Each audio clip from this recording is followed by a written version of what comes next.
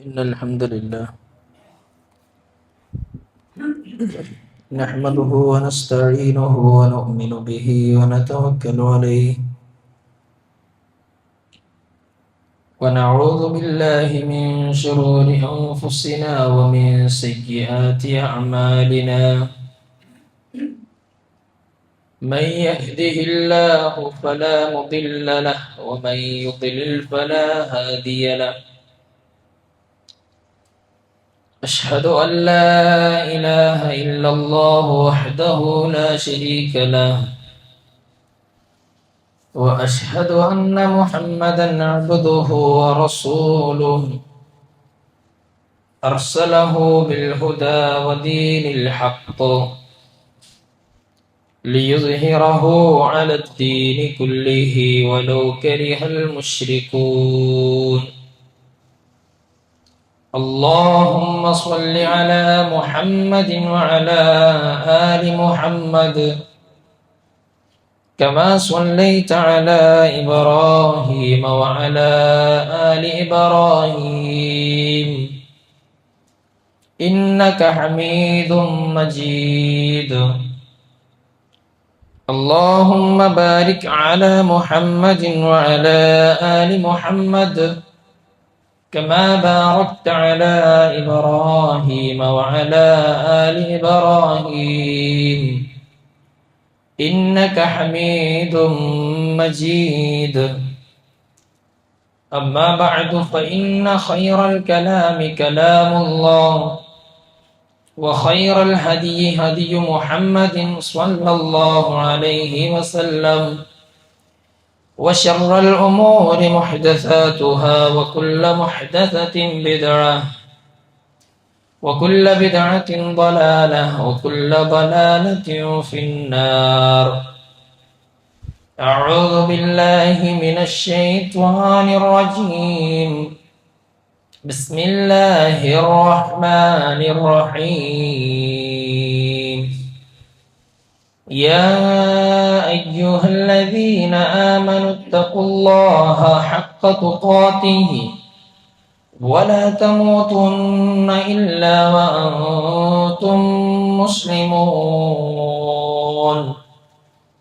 رب اشرح لي صدري ويسر لي أمري ഏറെ സ്നേഹവും ബഹുമാനവും നിറഞ്ഞ വിശ്വാസികളെ വിശ്വാസിനികളെ അല്ലാഹു സുബ്ഹാനഹു തആലയുടെ നിയമങ്ങളും നിർദ്ദേശങ്ങളും കഴിവിൻ്റെ പരമാവധി ജീവിതത്തിൽ പകർത്തിക്കൊണ്ട് ജീവിതത്തെ ക്രമപ്പെടുത്തണമേ എന്ന് ആമുഖമായി ഓർമ്മപ്പെടുത്തുകയാണ്. റബ്ബത്തിനുള്ള തൗഫീക്ക് നമുക്ക് ഏവർക്കും പ്രദാനം നൽകി അനുഗ്രഹിക്കുമാറാകട്ടെ. ലോകത്തിൻ്റെ വിവിധ ഭാഗങ്ങളിൽ നിന്ന് മക്കയിലെത്തിയ ആബാലവൃദ്ധം ഹാജിമാർ അവരുടെ ഹജ്ജ് കർമ്മങ്ങളൊക്കെ ചെയ്ത് സന്തോഷത്തോടു കൂടി അതിൻ്റെ അനുഭവങ്ങൾ ആസ്വദിക്കുന്ന സമയത്താണ് ഇപ്പോൾ നമ്മൾ നിലനിൽക്കുന്നത്. അല്ലാഹു നമ്മുടെ നാടുകളിൽ നിന്ന് അടക്കം ഹജ്ജിന് പോയ ലോകത്തിൻ്റെ വിവിധ ഭാഗങ്ങളിൽ നിന്ന് മക്കയെത്തി ഈ വർഷം ഹജ്ജ് ചെയ്ത മുഴുവൻ ഹാജിമാരുടെയും ഹജ്ജുകൾ പൂർണ്ണമായി സ്വീകരിക്കുമാറാകട്ടെ. ഒരുപക്ഷേ ഈ വർഷം നമുക്ക് ഹജ്ജ് ചെയ്യാനുള്ള ഭാഗ്യം ലഭിച്ചിട്ടില്ല. മുമ്പ് ഹജ്ജ് ചെയ്തവർ നമ്മുടെ കൂട്ടത്തിൽ ഒരുപക്ഷെ ഉണ്ടായിരിക്കും.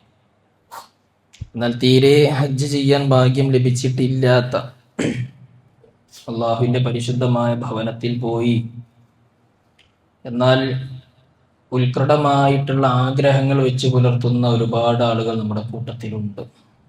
അവർക്കെല്ലാം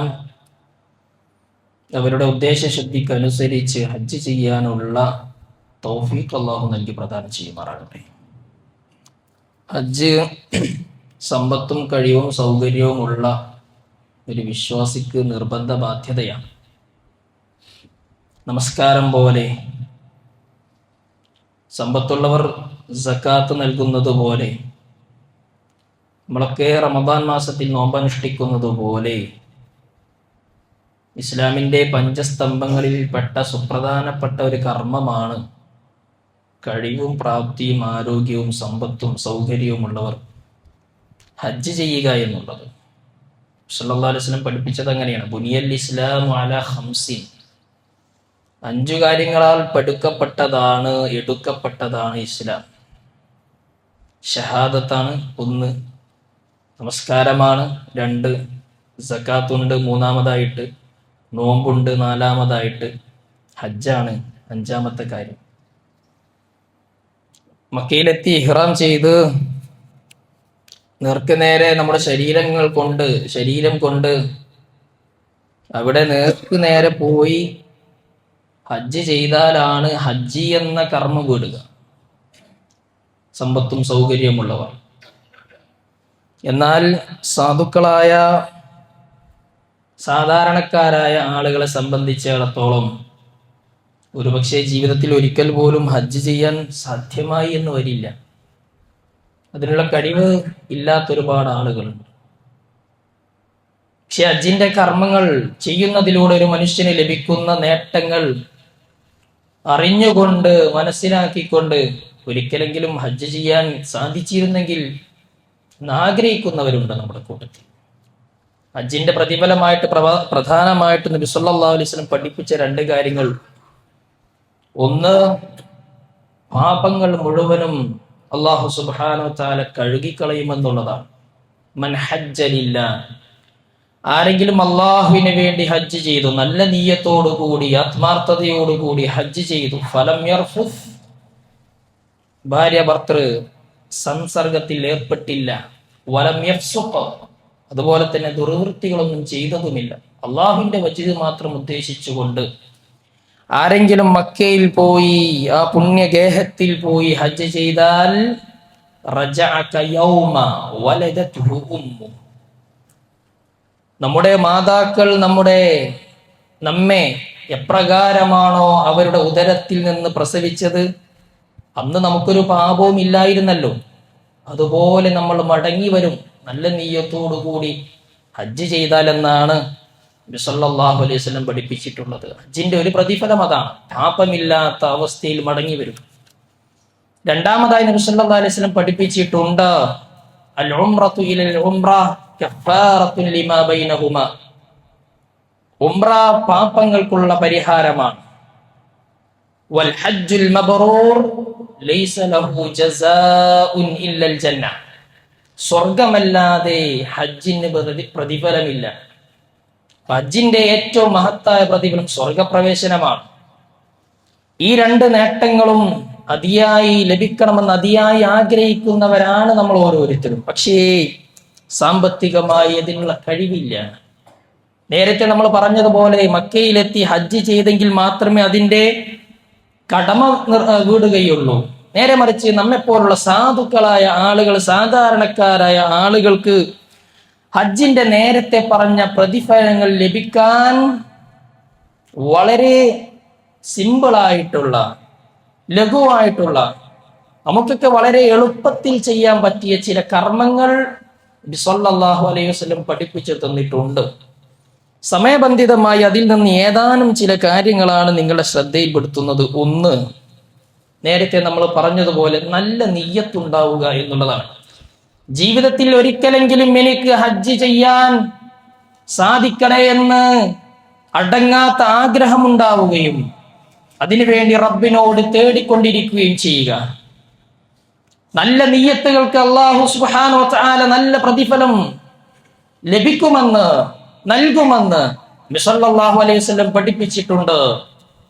നമുക്കേവർക്കും സുപരിചിതമായ ഒരു ഹദീസിലൂടെ അവിടുന്ന് പറഞ്ഞു, നബി സല്ലല്ലാഹു അലൈഹി വസല്ലം പറഞ്ഞു, ഇന്നമദ് ദുനിയ ലി അർബഅതി നഫരിൻ, 4 ആളുകൾക്കുള്ളതാണ് ഇഹലോകം. ഇഹലോകത്ത് 4 വിഭാഗം ആളുകളുണ്ട്. എന്താണ് അതിൽപ്പെട്ട ഒരു വിഭാഗം?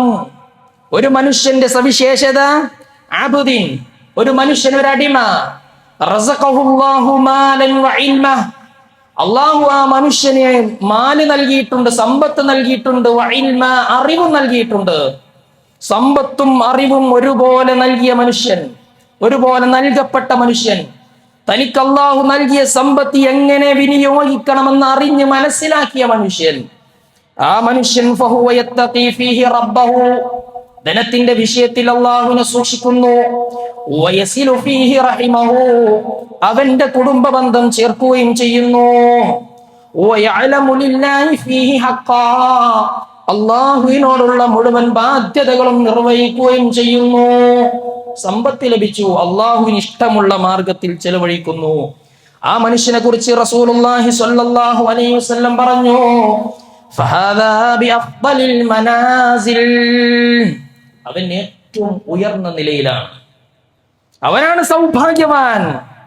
കടമകൾ കൃത്യമായി തിരിച്ചറിഞ്ഞ് അതിനനുസരിച്ച് പ്രവർത്തിക്കുന്ന മനുഷ്യൻ ഫഹാദാ ബിഅഫ്ദലിൽ മനാസിൽ, ഏറ്റവും ഉന്നതമായ പദവിയിലാണ് അവൻ.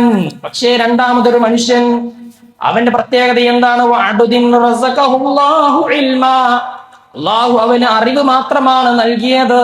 വലം യർസുഖഹു മാലാ, ആ മനുഷ്യന് അല്ലാഹു പണം നൽകിയിട്ടില്ല, സമ്പത്ത് നൽകിയിട്ടില്ല. പക്ഷേ അല്ലാഹു ആ മനുഷ്യന് അറിവ് നൽകിയിട്ടുണ്ട്. ഫഹുവ സ്വാദിഖുൻ നിയ്യ, പക്ഷെ നല്ല ഉദ്ദേശ ശുദ്ധിയുള്ള മനുഷ്യനാണ്, നല്ല നീയത്തുള്ള മനുഷ്യനാണ്. അവൻ മനസ്സിൽ വിചാരിക്കുകയാണ്, അവൻ പറയുകയാണ്, ആത്മകഥം ചെയ്യുകയാണ്, ലൗ അന്ന ലീ മാലൻ ലഅമിൽതു ബിഅമലി ഫുലാനിൻ. നേരത്തെ നമ്മൾ പറഞ്ഞ ഒന്നാമത്തെ മനുഷ്യനുണ്ടല്ലോ, അതേ ഇൽമും അതുപോലെ തന്നെ മാലും ഒരുപോലെ നൽകപ്പെട്ട മനുഷ്യനുണ്ടല്ലോ.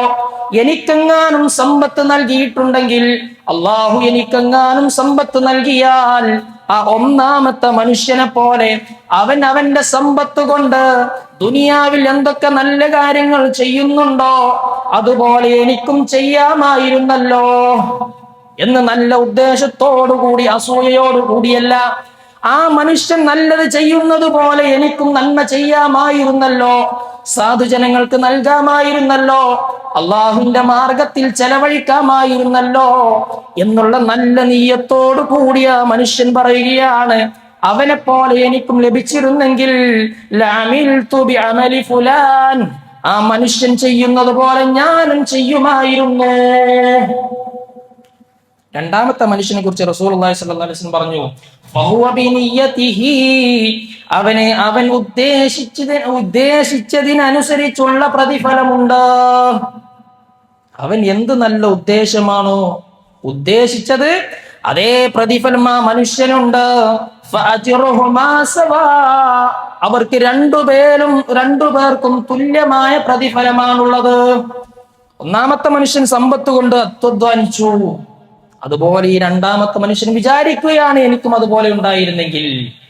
ആ മനുഷ്യന്റെ അതേ പ്രതിഫലം രണ്ടാമത്തെ മനുഷ്യനും ഉണ്ടാകുമെന്ന് റസൂലുള്ളാഹി സ്വല്ലല്ലാഹു അലൈഹി വസല്ലം പഠിപ്പിക്കുകയാണ്. സഹോദരന്മാരെ, സദാ ഹജ്ജ് ചെയ്യണമെന്ന ആഗ്രഹത്തോടുകൂടി സമ്പത്തുള്ള മനുഷ്യന്മാർ ഹജ്ജ് ചെയ്യുമ്പോൾ എനിക്കും അതുപോലെ ഹജ്ജ് ചെയ്യാനുള്ള അവസരം ഉണ്ടായിരുന്നെങ്കിൽ, എനിക്കും സമ്പത്തും സൗകര്യവും ഉണ്ടായിരുന്നെങ്കിൽ ഹജ്ജ് ചെയ്യാമായിരുന്നു എന്ന് വിചാരിക്കുന്നതിലൂടെ നമ്മുടെ ഉദ്ദേശം ശുദ്ധമാണെങ്കിൽ ഒരു പക്ഷേ അള്ളാഹു ഹജ്ജ് ചെയ്തതിനുള്ള പ്രതിഫലം നൽകും ഇൻഷാ അല്ലാഹ്.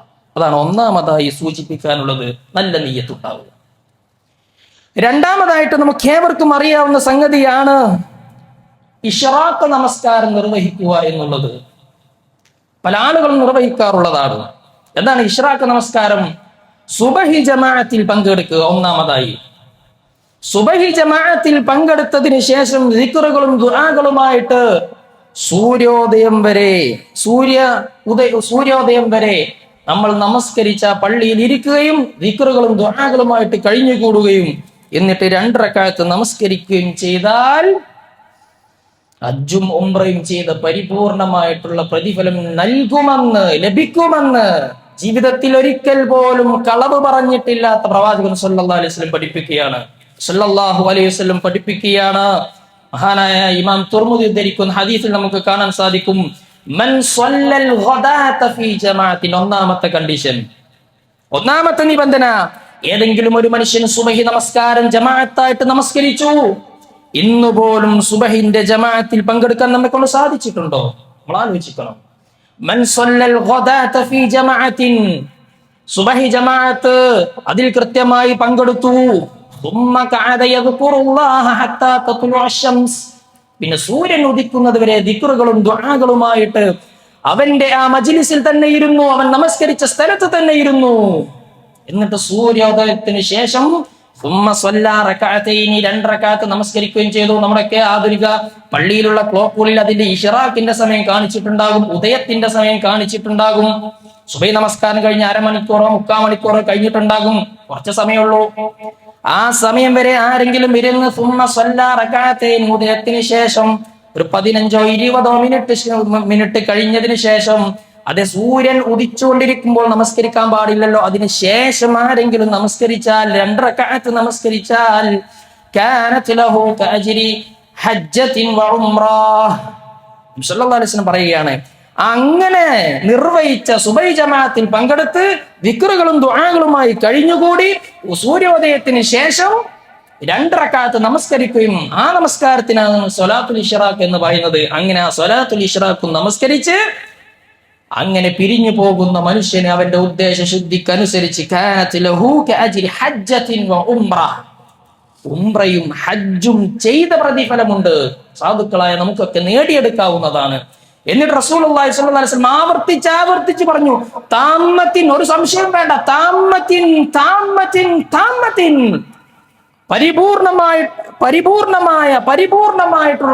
പരിപൂർണമായിട്ടുള്ള ഹജ്ജും ഉംറയും ചെയ്ത പ്രതിഫലമുണ്ട് എന്ന് നബി സല്ലല്ലാഹു അലൈഹി വസല്ലം കൃത്യമായി പഠിപ്പിക്കുകയാണ്.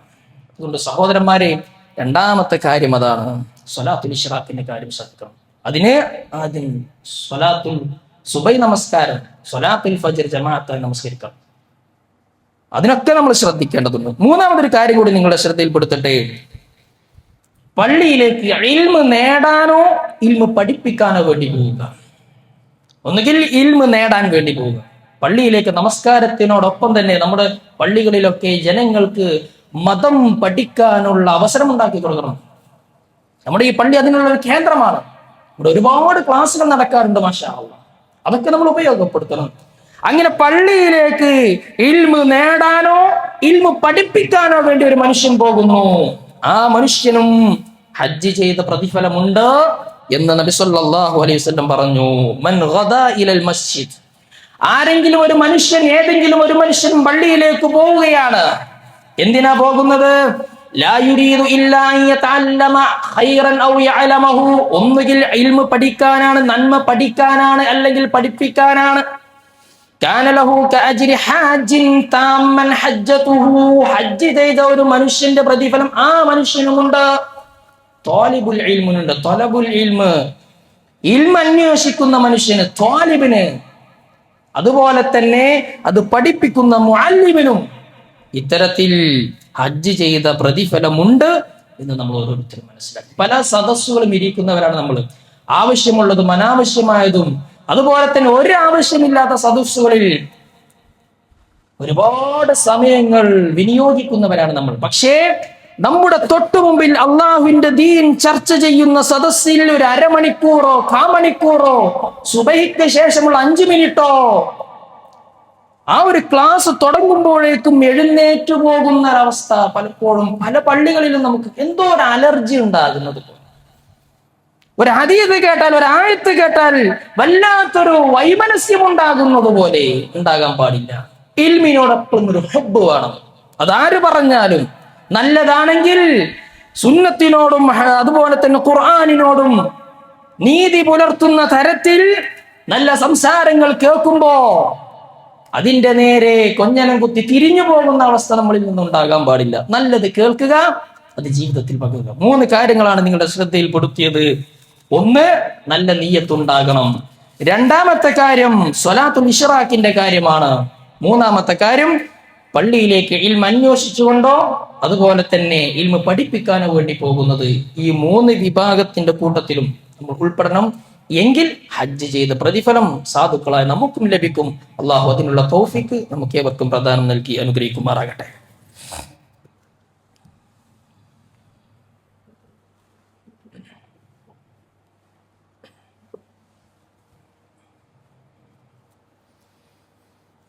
അൽഹംദുലില്ലാഹ് വസ്സലാത്തു വസ്സലാമു അലാ റസൂലില്ലാഹ് വഅലാ ആലിഹി വസഹ്ബിഹി അജ്മഈൻ, അമ്മാ ബഅദ്. അള്ളാഹുവിൻ്റെ നിയമങ്ങളും നിർദ്ദേശങ്ങളും കഴിവിൻ്റെ പരമാവധി ജീവിതത്തിൽ പകർത്തിക്കൊണ്ട് ജീവിക്കണമെന്ന് ഒരിക്കൽ കൂടി ഓർമ്മപ്പെടുത്തുകയാണ്. നാലാമതായി, ഹജ്ജും ഉംറയും ഒക്കെ ചെയ്ത പ്രതിഫലം നമുക്ക് ലഭിക്കാനുള്ള ഏറ്റവും പ്രധാനപ്പെട്ട വളരെ ലളിതമായ മറ്റൊരു മാർഗമാണ് ഫർള് നിസ്കരിക്കാൻ വേണ്ടി പള്ളിയിലേക്ക് വുളുവോടുകൂടി നടന്നു പോവുക എന്നുള്ളത്. ശുദ്ധിയോടുകൂടി പള്ളിയിലേക്ക് പോവുക എന്നുള്ളത്, അത് നമസ്കാരം ഉദ്ദേശിച്ചുകൊണ്ട് പള്ളിയിലേക്ക് പോയാൽ ആ മനുഷ്യനും ഹജ്ജ് ചെയ്ത പ്രതിഫലമുണ്ട്. ഇവിടെ പ്രത്യേകമായി റസൂലുള്ളാഹി സ്വല്ലല്ലാഹു അലൈഹി വസല്ലം പറഞ്ഞു, മൻ ഖറജ മിൻ ബൈതിഹി മുതതഹിറൻ. ശുദ്ധിയോടുകൂടി ഒരു മനുഷ്യൻ പള്ളിയിലേക്ക് പോകുന്നു, വീട്ടിൽ നിന്ന് പുറപ്പെടുന്നു. ശുദ്ധിക്ക് ഇസ്ലാം, വൃത്തിക്കും ശുദ്ധിക്കും ഒക്കെ ഇസ്ലാം കൽപ്പിച്ച സ്ഥാനം വളരെ വലുതാണ്. അതിനൊരു ദിവസം കാത്തിരിക്കേണ്ട ആവശ്യമൊന്നുമില്ല. ജൂൺ 5 ഇന്ന് പലപ്പോഴും പരിസ്ഥിതി ദിനമൊക്കെ നമ്മൾ ആചരിക്കുന്നു പല സ്കൂളുകളിലും, എന്നിട്ട് വൃത്തിയാക്കുന്ന പല സ്ഥലങ്ങളിലും. നമുക്ക് ഒരു ദിവസം കാത്തിരിക്കേണ്ട ആവശ്യം, നമ്മുടെ ശരീരവും ചുറ്റുപാടും ഒക്കെ വൃത്തിയാക്കാൻ എന്നും നബി സല്ലല്ലാഹു അലൈഹി വസല്ലം കൽപ്പിച്ചിട്ടുണ്ട്. അങ്ങനെ വൃത്തിയായിക്കൊണ്ട് ഏതെങ്കിലും ഒരു മനുഷ്യൻ വീട്ടിൽ നിന്ന് പുറപ്പെട്ടു, എന്തിന്? ഇലാ സ്വലാത്തിൻ മക്തൂബ. പുരുഷന്മാരായ ആളുകൾ പ്രത്യേകം ശ്രദ്ധിക്കണം. ജമാഅത്തിന്റെ സമയത്ത് നമ്മൾ പള്ളിയുമായി ബന്ധപ്പെട്ട സ്ഥലങ്ങളിലോ അല്ലെങ്കിൽ വീട്ടിലോ നമുക്ക് ഒഴിവുള്ള സ്ഥലങ്ങളിലോ ഒഴിവുള്ള സമയങ്ങൾ കിട്ടുമ്പോ ആ ഹയ്യ അല സ്വലാത്ത് എന്ന ബാങ്ക് കേട്ടിട്ട് പോലും തൊട്ടടുത്തുള്ള പള്ളിയിലേക്കൊന്ന് കയറി നോക്കാൻ പോലും ശ്രമിക്കാത്ത ആധുനിക മുസ്ലിമീങ്ങൾ ഉണ്ടെങ്കിൽ അള്ളാഹുവിന്റെ ശിക്ഷയെക്കുറിച്ച് നമ്മൾ പിന്നീട് പരിഭവിച്ചിട്ട് കാര്യമൊന്നുമില്ല. അങ്ങനെ ആരെങ്കിലും തൊഹൂറായി പള്ളിയിലേക്ക് നിർബന്ധ നമസ്കാരത്തിന് പോയാൽ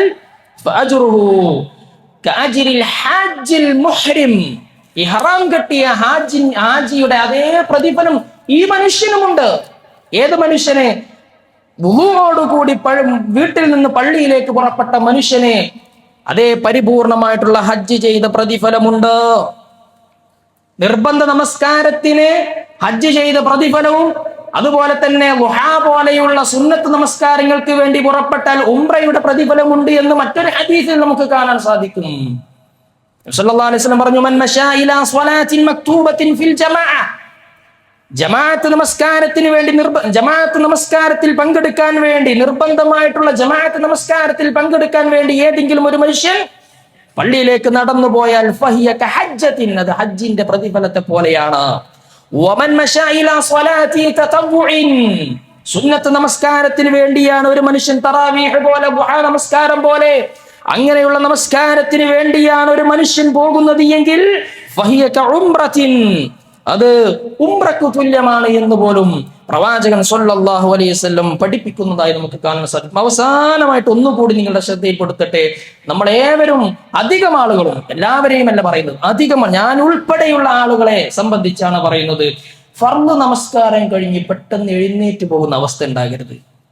അത്യാവശ്യം തിരക്കുകളൊക്കെ ഉണ്ടെങ്കിൽ നമുക്ക് പോകാമെന്നല്ലാതെ സ്ഥിരമായിട്ട് ഇമാം സലാം വീട്ടിയതിനു ശേഷം പെട്ടെന്ന് എഴുന്നേൽക്കുന്ന ഒരവസ്ഥ നമുക്കുണ്ടാകരുത്. കാരണം നമസ്കാരത്തിന് ശേഷമുള്ള ദിക്ർ ചൊല്ലുന്നതിന് പോലും ഹജ്ജിന്റെ പ്രതിഫലമുണ്ട് എന്ന് ഹബീബുന റസൂലുള്ളാഹി സ്വല്ലല്ലാഹു അലൈഹി വസല്ലം പഠിപ്പിക്കുകയാണ്. സാധുക്കളായ സ്വഹാബികൾ നമുക്ക് ഏവർക്കും അറിയാവുന്ന ചരിത്രമാണ്.